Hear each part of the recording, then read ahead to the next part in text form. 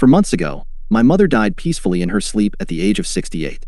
I wasn't exactly heartbroken at her unexpected passing. We had been estranged for over 20 years. I hadn't even seen her since I had left home for the last time, bound for college. No phone calls either, just an occasional Christmas card with a brief, impersonal message passed back and forth. My mother had never been a very warm or nurturing presence as I was growing up. Looking back, I think it probably had something to do with her own difficult childhood as a second-generation Irish immigrant in a large working-class family. There was also her older brother, who had committed suicide when she was only 10. We had never gotten along and had clashed often, especially after I entered adolescence, probably because of our vastly different personalities. Whereas I had been a cocky, irreverent, laid-back teen, she had been hardworking, stern, cold, and often harsh. After graduating college in '06, the first in my family to finish high school, let alone earn a degree, I had moved to the city to pursue a career. I had never gone back to visit her, not once. As I was her only close living relative, my father died when I was still very young, and I had been an only child. I inherited my mother's home after she died. It was the same house I had grown up in and had also been her childhood home, she and my father having bought it from her parents after they got married. I wasn't thrilled about owning the house. I had too many bad memories of it. Also, it was an ugly old place, and always had been. A dilapidated two-story clapboard, well over 100 years old, in a low-income neighborhood of similar decrepit houses. It had probably been a nice place to live at one time. The area where it stood had originally been one of the more upscale parts of the town where I grew up, but that had been before the Great Depression, and the area had gone into an economic decline long before I was born, hell, even before my parents were born. I had no interest in keeping the property and intended on selling it, but before I did, I decided to make the long-overdue trip back home and take one last look at the place where I had grown up, not so much out of a sense of nostalgia or familial obligation. I was just curious to see how my mother had spent the last years of her life, and also, I wanted to check the house and see if there was anything I wanted to take with me before it went on the market. My job keeps me pretty busy, so it wasn't until last month, 3 months after her funeral, that I finally found the time to break away and take a few days off. It was a gray, dreary day about a week before Thanksgiving when I finally made the hour-long drive out of the city and back to the town where I had spent my childhood. The old neighborhood hadn't changed much. It was still as depressing and impoverished as I remembered. The same shabby houses, same tiny, unkempt lawns, same weedy, cracked sidewalks and bumpy, poorly maintained streets. I parked alongside the curb and got out of my car, taking a moment to stand and regard the house I hadn't laid eyes on in over 2 decades. It looked even more bleak and squalid than I recalled as a kid. Peeling paint, sagging gutters, crumbling foundation, cracked window panes. Even when compared to its nearly identical rundown neighbors, it somehow stood out in even sharper contrast, like a testament to all the poverty and hopelessness I had experienced living there. Everything I had fled to college to escape from, vowing I would never be as poor as my parents had been. Already I regretted having come back. With a sigh, I reluctantly stepped up the walkway to the front door and unlocked it with the key the executor of my mother's will had given me after her funeral. I entered and began to inspect the house. It was remarkably unchanged. At some point my mother had replaced the old analog TV in the living room with a modern flat screen, but apart from that, everything seemed to be exactly the same. Same threadbare furniture, same tacky knickknacks, same faded wallpaper. I went upstairs and walked down the narrow hallway, pausing at my mother's doorway. Dull sunlight filtered in through the shabby curtains, illuminating the gloomy bedroom. I stared at the bare, sagging mattress on the bed where she had died. Her medication still cluttered the bedside table. I stood there for a couple minutes, lost in thought, then moved on. I went to my old bedroom next. At some point after I'd moved out, my mother had turned it into a storage room. My bed and dresser were gone. So were the posters that had once decorated my walls. The shelves that had held my high school sports trophies. I wondered briefly if she'd thrown them out or had put them in the attic. Now contained spare towels and extra toiletries. The air was musty. I went to the undressed, dusty window and peered out at the drab late autumn afternoon. The house was silent apart from my own breathing. My mother had died alone in this dismal house. The house she, unlike me, had never been able to escape from. The very air felt freighted with bad memories. Nothing good had ever happened here. I finally came home, Mom, I whispered, my voice choking on the final word. I felt the sting of tears in my eyes. Even though I still didn't mourn her as I probably should have, I did feel an overwhelming sense of sorrow and regret that we had never reconciled while there had still been time or had been closer during her last few years. There was nothing here I wanted to keep. I left my former bedroom and went downstairs. I don't know what motivated me to go down into the basement. There was nothing down there that would have interested me. I could just as easily have left the house right then and gone home. Maybe it was just a desire to be thorough. I had already checked out the rest of the house, and once I left, I knew I would never come back. The basement door was in the kitchen, between the refrigerator and the pantry. I opened it, flipped on the light, and descended the creaking wooden steps to the bottom. The basement was located directly beneath the kitchen. It was a small, dank, low-ceilinged room hardly bigger than a walk-in closet. Rough stone walls and a concrete floor dimly illuminated by a single bare light bulb. It was mostly barren except for the washer and dryer, a shelf full of cleaning supplies, and some old tools cluttering one corner. I looked around with passing curiosity. When I turned to the rear wall, I couldn't help but crack a small smile. Still there. For as long as I could remember, the back wall of the basement had been dominated by a huge canvas mural depicting the black silhouettes of jitterbugging 1950s teenagers dancing against a white background. I had no idea why my grandparents, presumably, since they had owned the house before my parents, had put it there, maybe as a lame attempt to add a little cheer to such a dingy space.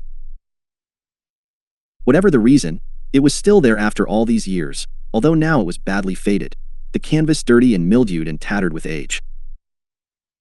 Still smiling, I started to turn away to leave the basement and the house. But at the last second something caught my eye. I approached and crouched down for a closer look, puzzled. The bottom of the old mural had pulled away from the wall and curled up a few inches over the years, probably due to the dampness of the basement, and what was revealed wasn't bare stone but wood. Intrigued, I grasped the frayed edge of the mural and pulled it up more, the rotted canvas ripping a little, exposing more wood. For a second, I didn't understand what I was seeing. Then it hit me, and I was stunned. It was a door. A secret door hidden behind the old, tasteless mural for God only knew how many years. A dozen questions rushed through my mind upon this discovery, chiefly among them. Who had hidden this door? Why was it hidden? And most importantly, what was on the other side of it? In a sudden burst of excitement, I unthinkingly seized the mural and pulled it with all my strength, tearing it completely away from the rear wall of the basement, fully exposing the concealed door. I stood there, transfixed in shock, staring. The door looked ancient. Somehow it appeared even older than the house itself. It was rounded at the top, constructed of thick, heavy slabs of wood bound together with iron bands. There was no knob, just a large iron pull ring. It looked like a door you'd see in a medieval castle. An old, but still relatively modern-looking, padlock was fastened to a hasp that secured it to the wall. But what surprised me most of all wasn't so much the door itself, but the large manila envelope that had been stapled to it.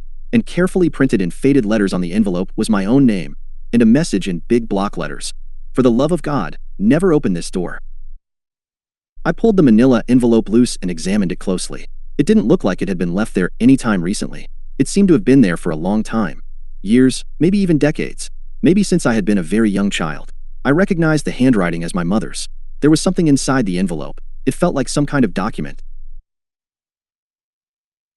I looked at the envelope and its ominous warning. For the love of God, never open this door.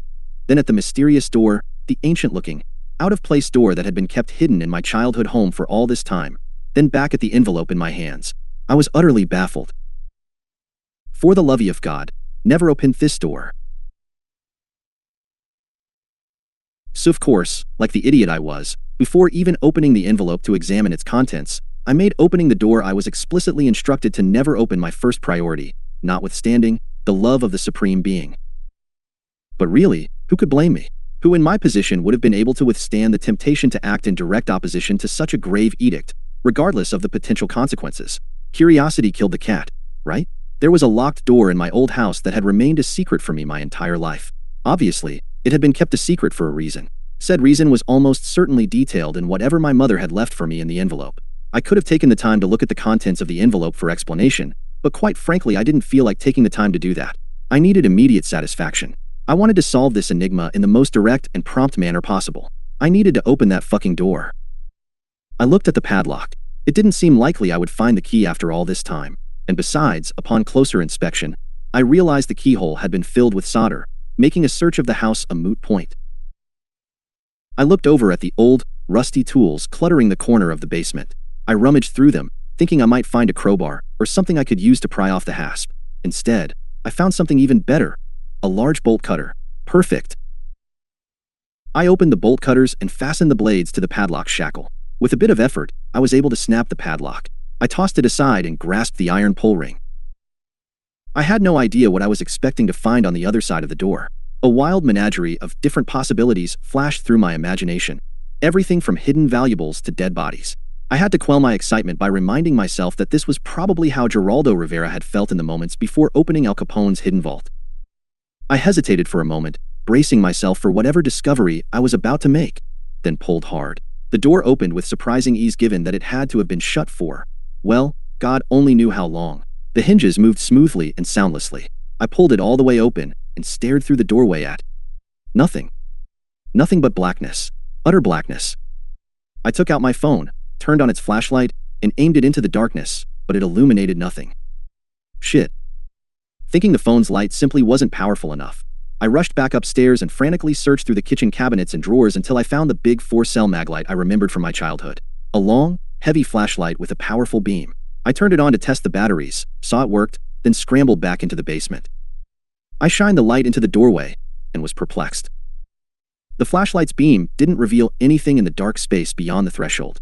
It didn't cast a spotlight circle of brightness upon the rear wall of the secret room or disclose anything the room might have contained. The beam of light seemed strangely diffused. The beam didn't seem to penetrate the illimitable blackness so much as be absorbed by it. It was like aiming a flashlight at the night sky, as if there was nothing solid for the shaft of light to fix upon. I couldn't make sense of it. What I was seeing was impossible. Standing there, contemplating that Stygian abyss, I had the impression that I was looking upon some vast, lightless space of unknown, enormous proportion. A space that seemed to illogically defy the physical dimensions of my mother's house. I felt a sudden flood of overwhelming, existential dread and horror, something close to madness. I felt as if I was peering through a doorway into the godless black void of non-existence that must stand beyond the furthest reaches of the universe, a place where nothing was or ever had been or would be. It was like looking into the mouth of hell. Robert. For a few seconds, I didn't even register the voice, thinking perhaps I had only imagined it, but then it spoke my name again. Robert. It was my mother's voice. I recognized it clearly even though I hadn't heard it in more than 20 years. My dead mother's voice, whispering my name from the black gulf beyond the doorway, was galvanized with sudden primal terror, so intense that coherent thought became almost impossible. I began to tremble. I couldn't even breathe. The voice spoke again, faintly, as if speaking from a great distance, but unmistakably my late mother's, and the urgent pleading in it was also unmistakable.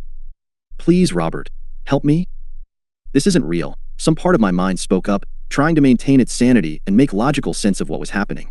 It cannot be real. You're dreaming. Please, Robert, help me, the disembodied voice beseeched, imploring desperately. Help me. It's so cold and dark in here. The voice was trying to coax me through the doorway into the unknown blackness, and with sudden chilling certainty, I understand it was not my mother speaking to me, attempting to lure me to it. Please, Robert. My paralysis snapped. I reached suddenly, compulsively for the door and slammed it shut, blocking out that awful, unnatural darkness. Immediately the voice fell silent. Gasping, with a sudden rush of panicked adrenaline, I closed the hasp. My eyes darted around the basement. The padlock was ruined, but I found a screwdriver amidst the old tools and inserted it into the hasp, securing the door. Then I ran upstairs, pausing only long enough to grab the still unopened envelope my mother had addressed to me. I fled the house, leaped into my car, and drove away, and I haven't returned since.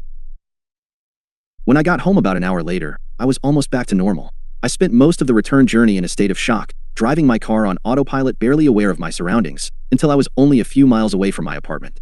Then I had to pull into a gas station as I was struck by a crippling panic attack. I opened my door and thrust my head out, just in time to avoid vomiting into my car. Then I just leaned back with my hands over my face, weeping and gasping, for 10 minutes, until I had myself more or less back under control. I entered my apartment, shut the door, then sat down on my couch and examined the manila envelope I had found on the hidden basement door. Robert, for the love of God, never open this door. I opened it. It contained a sheaf of musty-smelling handwritten pages. I began to read, and as I read, I began to understand why my mother had kept that door a secret from me all these years, and why she had left me a warning for when I would inevitably discover it. The first page was dated the year I was born. My mother had written this and left it for me nearly 40 years before, when I had still been an infant. She must have been terrified something might happen to her, or that she wouldn't be present to warn me in the event that I stumbled upon the door while I was still a child. I read, and I began to feel that familiar cold dread creeping into my body, just as it had when I first opened the door. My mother had been born the year after her parents had immigrated to the US from Ireland. They had bought the old house when she was 5, having saved up for it for several years working their grueling menial jobs as factory workers. Even then the house had been run down, but it had been cheap, and it was all they could afford, and they had still been grateful to own an actual home of their own, a place they could raise their family instead of the cramped slum apartment they had all been sharing. 3 years passed uneventfully in the house. The terror began when my mother was 8. She and her 10-year-old brother had been the youngest of 5 children, the older 3 already being adults who had joined their parents in the workforce. As a result, when they weren't in school, they were often alone in the house until the rest of the family got home in the evening. This probably sounds like child neglect to you, but bear in mind, this was the early 1960s and times were different then. It was her brother who found the door in the basement. At the time, it had been concealed behind a set of shelves that contained old jars of preserves left behind by the previous owner. It was a chilly, windy day in late fall, during their autumn break from school. They had been playing hide and seek, and he had squeezed into the narrow space between the shelves and the wall, and that was how he had discovered it. When their parents and older siblings got home, he had told them what he had found. Intrigued, their father and her 2 older brothers had removed the shelves, exposing the door. It had been locked with an ancient brass padlock, one of those round railroad locks like you see in old Western films, and didn't look like it had been opened in at least a century. The padlock was so old and corroded that it crumbled to dust when her father gave it a single tug. Their father had opened the door, shined a flashlight, taken a single look inside, then immediately slammed the door. My mother wrote that she had never seen her father look so frightened as he had right then, never before and never after. He had sternly told his 5 children to never open that door or ever go near it again. He had refused to answer any questions and had sent them all to bed. That night my mother had heard her parents talking urgently in their bedroom. She had pressed her ear to the wall and listened. She couldn't make out everything they were saying, but she did hear her father say something to her mother about his sister laughing in the dark and buying a new lock at the hardware store tomorrow. She said their voices were low and heated, but it didn't sound like they were fighting. It sounded like they were just scared. My mother was troubled by what her father had said about hearing his sister laughing. Her father had only had one sister, who would have been my mother's aunt, but she had died when he was still a child living in Ireland. My mother had been frightened, but her brother had been intrigued. He had wanted to know what his father could have seen or heard on the other side of that door that would have upset him so much. His curiosity overrode any trepidation he may have had. Later that night, after the rest of the family was asleep, he had disobeyed his father's order. He had gotten up, gone down to the basement, and opened the door. The next morning, my mother had awakened to the sound of my grandmother screaming her husband's name in a panic. Her voice had been coming from the basement. The family had hurried down to the basement. My mother had observed her mother standing over my uncle, who was huddled in the corner, shuddering spasmodically. My mother wrote that she never forgot what she saw. She said it haunted her for the rest of her life. Her brother's face was contorted in a grimace of pure, incomprehensible terror, his eyes bulging from their sockets, his teeth bared like a snarling dog's. His hair had turned completely white. His bulging, unblinking eyes were fixed in a direct line of sight with the secret basement door, which was standing wide open on a rectangular of total blackness. He was alive, but was in a state of full catatonia, unable to speak or move or react to any stimuli. My grandparents had called an ambulance and my uncle was rushed to the hospital. My father immediately bought a new padlock and sealed the basement door. My uncle was put in a mental institution. The doctors thought he would never recover, but miraculously, against all expectations, he eventually did. Although it was over a year before he was functional enough to return home. He was never fully the same after that. He was withdrawn and quiet and morose, prone to emotional outbursts and panic attacks. He had trouble sleeping and often experienced nightmares and night terrors when he did sleep. He refused to answer any questions about what had happened to him that night and would scream in fits of hysteria if prodded. He absolutely refused to set foot in the basement or even go near the door in the kitchen that led down there. He would become violent if anyone tried to make him. His condition gradually deteriorated over the next year. He lost weight and developed dark rings around his eyes from lack of sleep.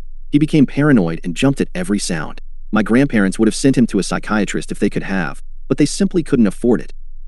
One night, after bedtime, he broke down crying and finally told my mother what had happened that night almost 2 years before. When he opened the door, he had heard a voice speaking to him from the darkness. Not a scary or a threatening voice. It was a friendly voice. A voice he even recognized. "Whose voice?" my mother asked him. "Captain Kangaroo," my uncle had stammered to her, referencing a popular children's television show from the time that he had been fond of. It was Captain Kangaroo. He spoke to me by name. He told me I could come inside and play with him in the treasure house.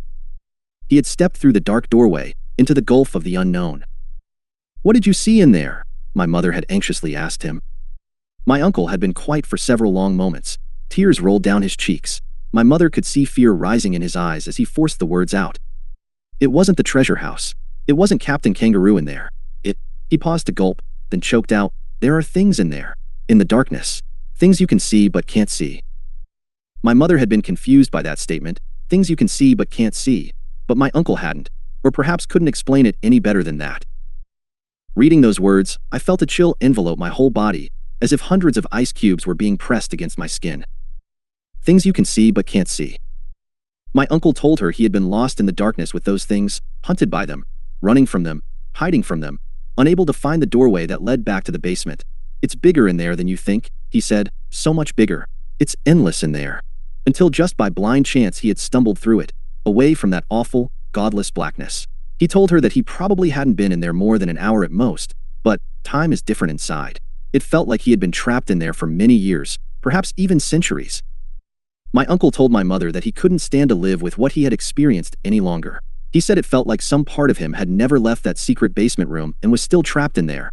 For eternity. He had hugged her and kissed her and told her he was sorry, then had left her room. My mother was bewildered and frightened and confused by what he had meant with his final words. I'm sorry. That was the last time she ever saw her brother alive.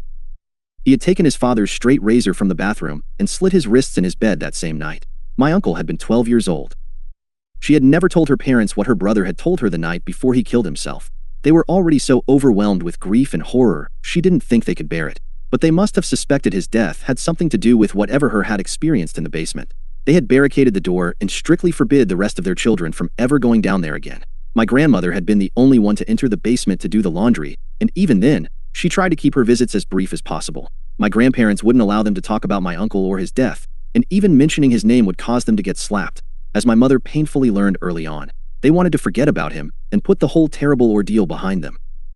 My mother often wondered why her parents hadn't sold the house and moved them somewhere else for a fresh start, why they had continued to live there after what had happened. She assumed it was probably because of their lack of money. But then, years later, when she was a young woman and married my father, her parents, aging and in failing health, asked her if she and her new husband would take the house from them when they died. My mother said that my grandmother didn't so much offer as beg them to live there. My mother couldn't believe her parents would want the house to remain in the family after the loss they had suffered there, but my grandmother had told my mother she couldn't stand the thought of the house falling into someone else's possession, someone who didn't know about the door in the basement, someone who might also have children. Reading that, I suddenly understood everything. I understood why my mother had been so strict and overbearing when I was a child, so overprotective of me, why she had always been so moody and serious, why she had continued to live in that gloomy house with its burden of tragedy and painful memories, all those years, right up until the day she died. I understood why she had hidden the door behind that old mural with a warning in the event that I would someday uncover it after she was gone. She had been guarding that door, guarding the door to prevent some other unfortunate, unknowing soul from opening it and being lured into the darkness by a familiar, trusted voice, as her brother had been. I understood something else. I could never sell that house.